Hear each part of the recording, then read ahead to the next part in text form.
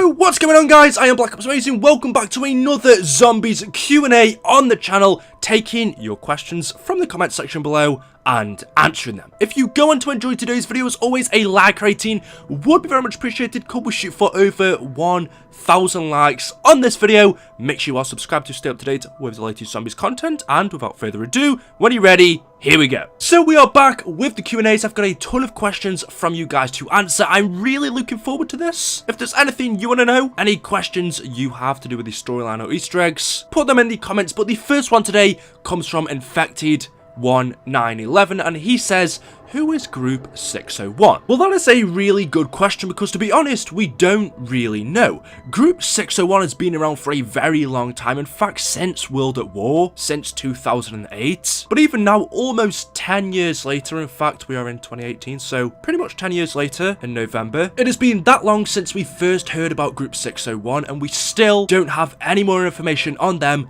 than we did all that time ago. And the real question should be, did Group 601 even exist? The first time we ever saw anything about them was on the Doris loading screen. You can see here we have pretty much the Group 935 logo, but instead of the numbers 935 inside, you can see we have Group 601. And that was the first time we heard about them. The second time, a few years later, was in Black Ops, where if you go into the game files, you could find this image. Now you can see it says Stufe 2, I'm not very good at German, and then at the bottom we have some more German, but in the middle again we have the Group 601 logo. Behind we have a mushroom cloud, so a nuke's gone off, and then we have some pylons lighting up in the background. And the text in German actually translates to Stage 2 Strength Through Order. And now apparently, although I've never seen this for myself, if you guys have or if you can find it, let me know in the comment section below. But Group 601 was also mentioned or seen in Black Ops 3. There is this piece of paper right here. Again, you can see it's similar to the one we saw in Black Ops 1. It seems like Treyarch have put it into Black Ops 3, but you can find this newspaper or whatever it is on the ground in a lot of Black Ops 3 levels. You can find it in the Giant, in the campaign safe house, and in a few other locations as well. But what you should also note about this is the fact that on the original Group 601 logo, at the bottom right here, this is basically the SS logo, whereas on the Black Ops 3 version, it has been changed to just 3 straight lines. I don't know whether that means something, probably not. I just think that's Treyarch trying to get rid of the whole Nazi influence out of zombies, just like they did with the swastikas in the remade maps. They took away the SS logo from the Group 601, and I also believe the Group 935 logo. But as you see, Group 601 has been in World at War, Black Ops 1, and apparently, although I've never seen this for myself, you can see it in Black Ops 3. So if it's been mentioned that much and been brought up again time after time, this can't just have been a mistake, right? If this was just in World at War Doris, we could have said, well, maybe this was an early prototype. This was what Group 935 was initially called. Treyarch was going to call them Group 601, but changed them at a later date. You could have said that, but the fact that we've seen it so many more times after in Black Ops 1, and then apparently in Black Ops 3, there must be some meaning behind it. But what exactly was Group 601? If it did exist, what was this group? Was it a competitor to Group 935? Was it one of their side companies? Was it a secret project that Maxis set up along Group 935? We don't know. Judging by this image, we can see we have a nuke in the background and then some pylons lighting up. Did it have something to do with Nuketown or communication, something like that? Honestly, we don't know. I Am Wild Dog says, who is the person in the top corner of the Ascension, Call of the Dead and Shangri-La loading screens? Kinda looks like Malton from BO2 Zombies, please answer. So obviously this is the Ascension loading screen. The person that you see up the top left hand corner is this guy right here. It's just the pages being ripped off, so you can see part of the Ascension loading screen in both the Shangri-La and Call of the Dead one. But it is the Ascension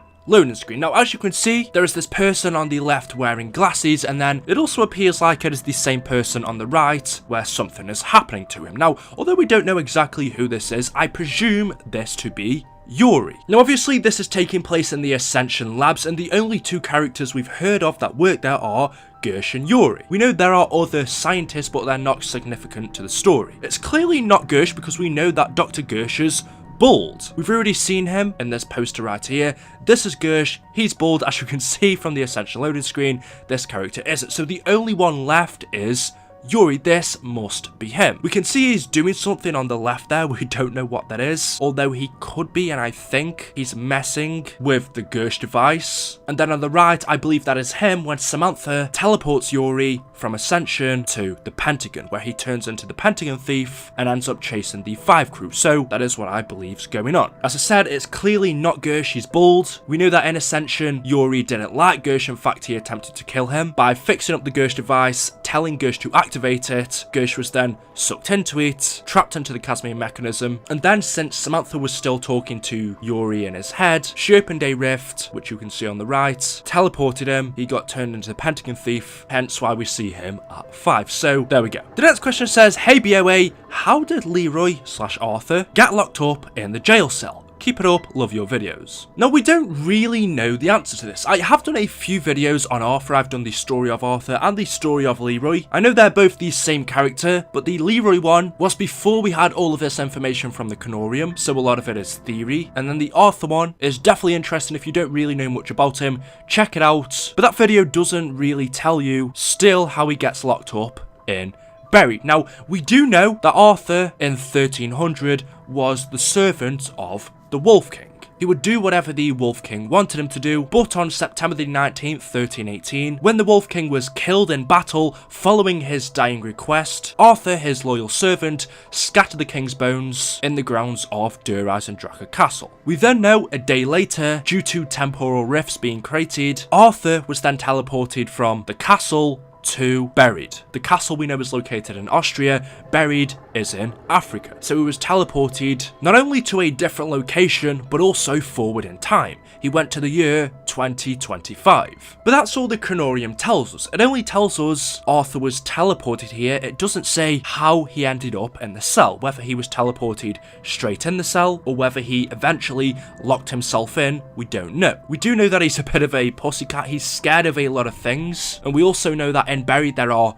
ghosts, there are other things that could potentially scare Arthur, and so him being alone, we also know he was a servant of the Wolf King, who was also his best friend, and since his best friends died, Arthur being alone, scared, for that reason he could have ran inside of the cell in Buried and locked himself in. Maybe it's possible that someone locked him in there. There's so many possibilities we don't really know, although it's definitely interesting. So that's pretty much all I can give you for that. Talk Frosty says, do the events of the Zombies comics happen before or after Buried? Because when we complete the Richtofen side of the Easter egg, the characters die on Round Infinity. So the Zombies comics do take place after Buried, but Round Infinity doesn't actually happen. The characters don't die on Round Infinity because it is the Maxis side of the Easter egg which is canon, not the Richtofen side. The Richtofen side doesn't actually happen, that's just another alternative. It is in fact the Maxis side of the Easter egg that happens where he becomes in control. He now has access to Argotha. He dooms Richtofen by trapping him in the body of a zombie and then tells the transit crew that he's going to blow up their universe and that they're going to die. So Round Infinity never happens and it is the Maxis side of the Easter egg that takes place. And so yes, the comics take place after Buried because we know in the first episode of our Zombies comics, another version of Richtofen creates a rift in Buried for the transit crew to escape so they can then go through the journeys that they take through the comics, collecting the shard, collecting the Conorium, and then eventually giving it to Richtofen where he stores them in cryogenic chambers, waiting for a perfect world for them to be safe in. So to put it in simple terms, the Richtofen side never happens and the comics take place after, not before, Buried. The next question from Purple King 213 says, hey BOA, in the old storyline, everyone said that Richtofen killed Maxis and Samantha with Fluffy. But if back then Samantha controlled the zombies, why did she want them to kill them all being the characters beside Richtofen? So basically, it's a little bit confusing, but what you're asking me is, if it was Richtofen who tried to kill Maxis and Samantha, when Samantha becomes in control of the zombies, why doesn't she then go to kill Richtofen? It was Richtofen who attempted to kill her and also her dad, so why instead of just getting revenge and just killing Richtofen, did she decide to target everyone in Group 935, including Dempsey, Takio, Nikolai, Gersh, Yuri, all of these other people? Why did she target everyone, not just Richtofen, who specifically tried to kill her. Well, I think the main reason for this is, remember on Moon, Maxis told Samantha to kill everyone in Group 935. Maxis told Samantha to kill them all, meaning everyone who was a part of this. Group 935, Division 9, Scientists at Ascension, everyone a part of Group 935 and linked to it, Maxis told Samantha to destroy them all. And the reason for this is, Maxis and Samantha probably believed that they were the cause of this, that without Group 935, without the Nazis, without Division 9, none of this would have ever happened, that Group 935 had turned into this evil group